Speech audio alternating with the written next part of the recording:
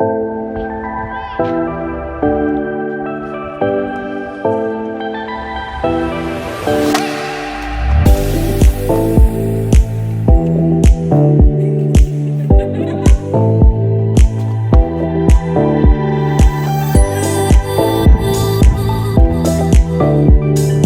guys, welcome back to our channel.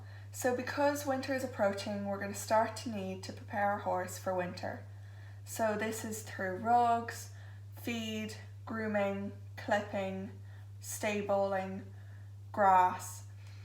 And for the next couple of months, we're going to post videos called the Winter Series. So this is everything to do with winter and how to prepare your horse for it. But in this video today is a brief on how to prepare your yard and your horse for the upcoming winter months. So let's get started. So to start off, here are 7 things that you should do right now so that you get ahead of winter and so you're prepared. Number 1, weigh and record your horse's weight so you can monitor it throughout the winter months. Bear in mind though that some natural weight loss is a good thing. Number 2, order your hay or haylage right now as it's cheaper and so you have extra supply during the winter months. Normally through mid-winter, hay goes in short and becomes more expensive. So if you get it now and have a good place to store it, then it can be very beneficial. Number 3, set a date to begin stabling your horse overnight and build up to it gradually. Don't suddenly change your horse's routine as this could lead to colic. Number 4, plan ahead for any changes in your horse's hard feed and build up gradually. Number 5, check over your rugs and make sure that they don't have any rips and they're fully waterproof. Number 6, speak to your vet about blood testing for worms. Number 7, arrange for your horse to have a saliva test for tapeworm. Okay, our first topic for preparing for winter is water and hay. Your horse drinks between 24 and 36 litres of water a day.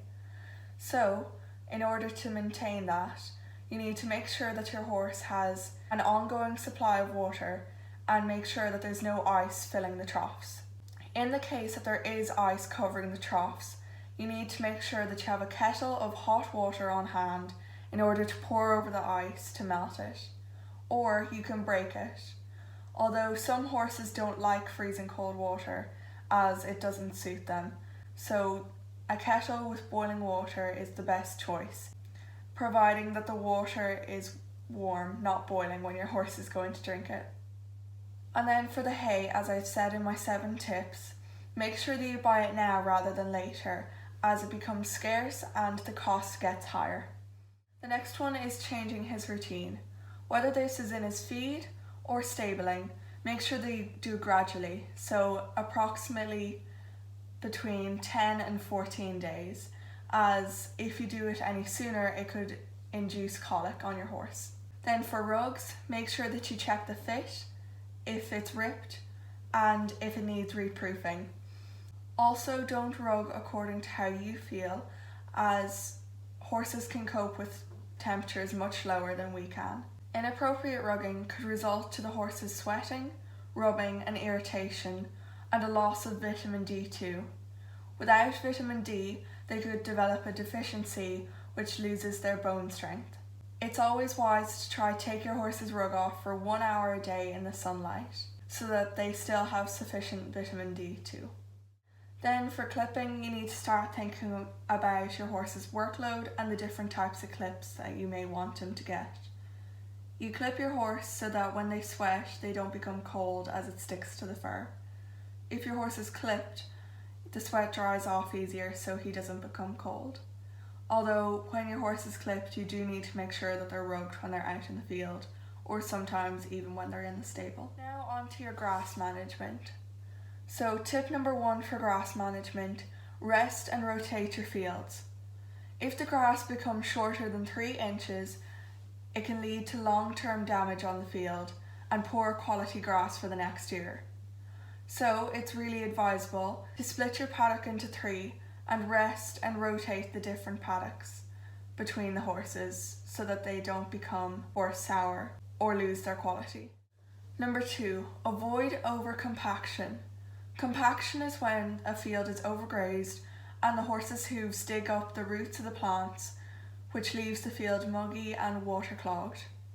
To avoid compaction, make sure that you rest and rotate your fields so that it avoids overgrazing. Number 3, consider fertilizer for your paddocks. This could be really beneficial as it adds nutrients to the soil and helps the grass to grow quicker. Though when looking for a fertilizer, make sure that it's horse safe and you ask a consultant before choosing one so that it's the right nutrients for your paddock. Number 4, overseeding. Overseeding is when seeds are spread across a horse's paddock that help damaged areas of the paddock recover. This helps by adding new grass seeds to the soil, allowing more grass to grow. Overseeding is best done in summer but can also be done in warm and mild autumn months. Number 5, prevent queuing by the gate. Horses queue by the gate when there's no grass and they want to come inside most of the time. This causes the gate area to become muddy and waterlogged. So instead, put hay across your horse's field to keep them interested and to keep them eating and moving, and to prevent queuing at the gate so it doesn't become wet and muggy. Number 6, make sure that your paddocks are well drained. Drainage happens through ditches, underground pipes, and sometimes gravel underneath the foot. This is essential for winter as flooding and heavy amounts of rain occur and result in the paddocks becoming muddy and very full of water. And lastly for this video, 6 essential yard jobs that you should do now to make your winter chores easier. Number 1, prepare gateways which tend to become muddy by laying down some material like sand, broken rock, or wood, as it will eliminate mud and cut down erosion. Number 2, check downspouts and gutters for blockages from leaves and cracks in the gutter, because there's literally nothing worse than having freezing cold water drip down the back of your neck from a crack in the gutter. You can use spare rainwater to clean tools and wheelbarrows, as a lot is collected in winter. Number 3, prepare for blackouts by hanging up battery-powered flashlights and head torches that are easily accessible if there is a blackout in your stable or yard. Number 4, check your lighting and bulbs before winter, as you'll be using it a lot more once winter hits. Dodgy electrics are a fire hazard, and if something looks unsafe or not in good condition, call your electrician. Number 5, insulate your taps so they don't become frozen during the winter by wrapping clothes around them or insulating foam, as lots of problems can occur if you don't have a fresh water supply. And number 6, don't forget clothes for yourself.